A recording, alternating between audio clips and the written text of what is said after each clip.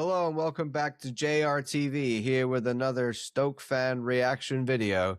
We got to talk about a loss. It was 2-0 at home against the Saints as we were the early kickoff on a Saturday. It didn't take long for the Saints to go ahead. It was only 10 minutes in when OZZ got the opening goal for them. And then in the 53rd minute, Flynn Downs made it 2-0 as Stoke City managed to get no goals at home and a loss to the Saints. A mid-table clash that had big implications on our chances to make the playoffs. We'll talk about all of that. Let's start with a few overhead stats. Possession for us was 53%. Possession for the Saints, 47%. So we had more possession. They had more shots, 11 to our 10, and they had more shots on target, 4 to our 3. Of course, the only thing that matters is the goals. They got 2 and we got 0. So a disappointing home defeat to the Saints that we really would have liked to at least got a draw, if not win this game, to kind of bounce back from an iffy patch of form. Let's start by talking about the lineup. Not a huge amount of surprises here. Of course, Tommy Simpkin, really our option in goal at the moment with all the injuries we had to our brand new goalkeeper that came in, Bazunu, and before that, of course, Vic. The back line, Eric Bokat coming in at left back, Lawal and Phillips is a center back partnership, Maxi at right back. Midfield pairing in the first half of Nzonzi and Rigo to start the game. Right wing, Cisse, number 10, Beijing Ho, and on the left wing, Sorba Thomas. And then up front, of course, the new man, it was only going to be him. Milan Smith is our real new striker and only striker option, true number 9, coming in to get his debut. So the first half, it was a very chaotic sort of opening few minutes. There was back and forth, a lot of chances on both ends, and didn't take long. Like I said, only 10 minutes in before they get their first goal. Harwood Bellis, of course, ex-Stoke player, playing for the Saints now, center back, put a great ball up through the middle of the park, line-breaking pass, got it in behind Eric Boka as Fellows was bursting up the right side for the Saints, got in behind on a very tight kind of offside call when they replayed it. It was pretty tight, but I do think the sideline ref got that one correct, and I do think that he was onside, and he gets through in behind the back line, as well as Azaz, and I think Stewart was with him, completely open in the middle of the box. And a simple ball across for then Azaz to put in a tap in. Tommy Simpkin really couldn't do much. It was almost a 2v1 situation for him. And so, yeah, that was 10 minutes in. Really, just a really disappointing start. I think a little bit shell-shocked maybe the back line by what happened. I don't think they really had realized that ball is coming through, and it all just happened so fast. And the back line not able to recover. Eric Bokat perhaps to blame for keeping Azaz on side.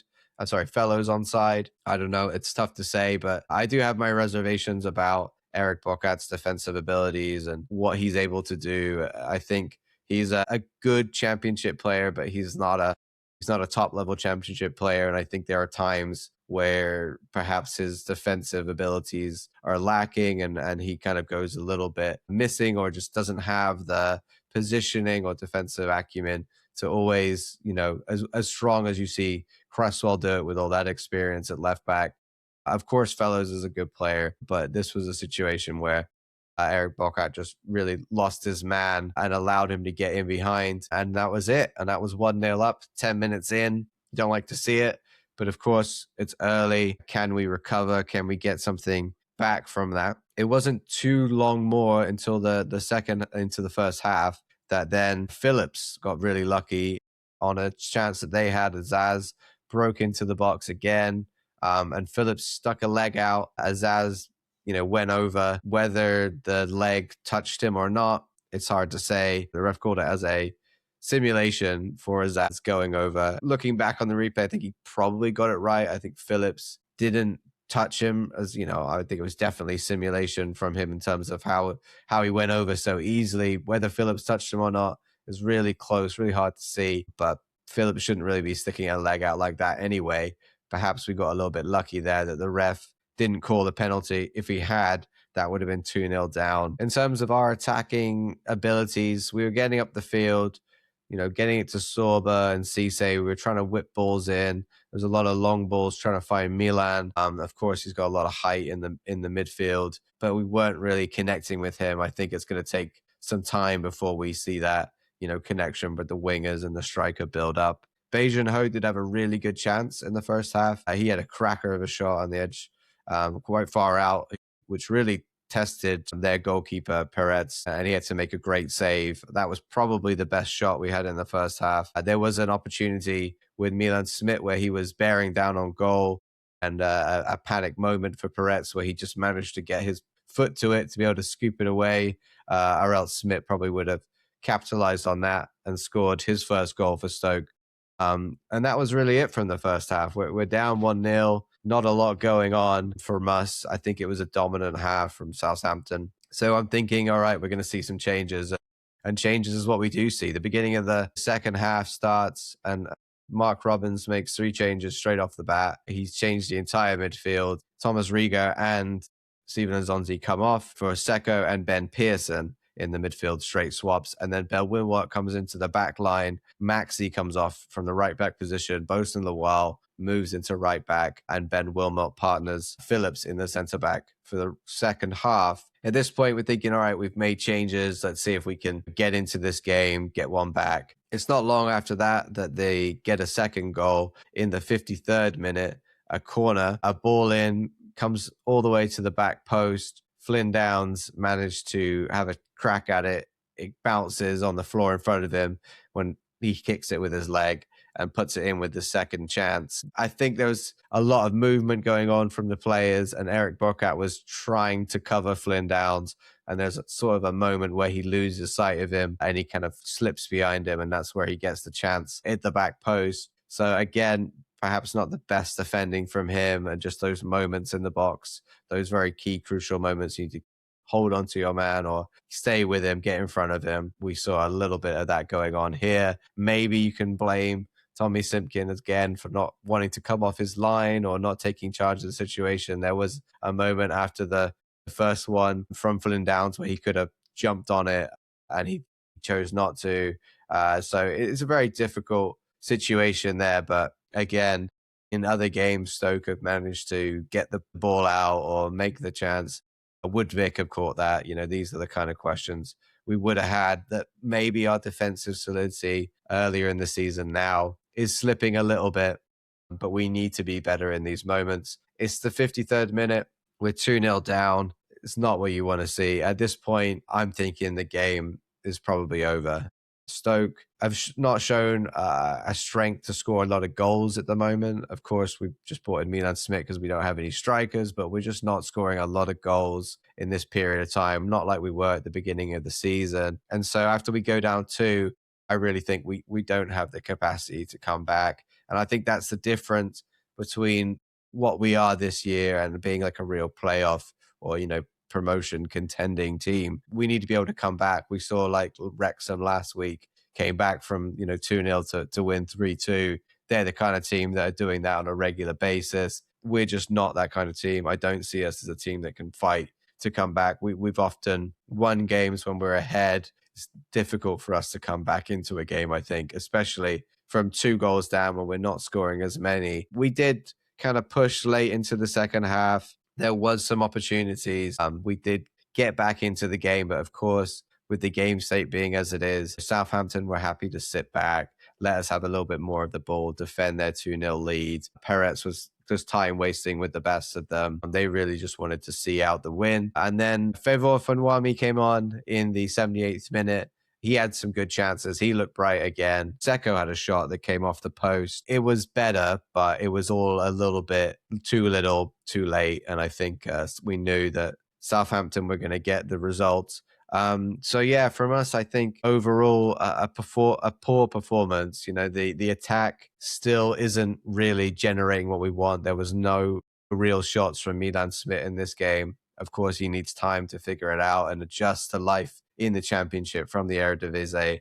I don't think we should I don't think there should be any concerns after game 1 with him. Just give him some time to figure stuff out. the rest of the team, Bajan Ho had a great shot. Seko hit the post, but there's not a lot coming from Sorba and from Millian and from Cisse in this game. I think they need to be more effectual, need to get on the ball, up the fields, be able to have more chances from the wings, cutting in, not just crossing the ball all the time. And I think on that, we do need to start seeing, and I think we will see more of these crosses connect. It was a lot of just hit and hope in this game, I think, and we need to see a little bit more of a just clean play in the final third. I think the final pass, the final shot, the cross is just lacking at the moment, and that is what we saw in this game. And defensively in this one, a few slip-ups, a few errors. We don't have the likes of Victor Johansson to be bailing us out of games where we're making errors.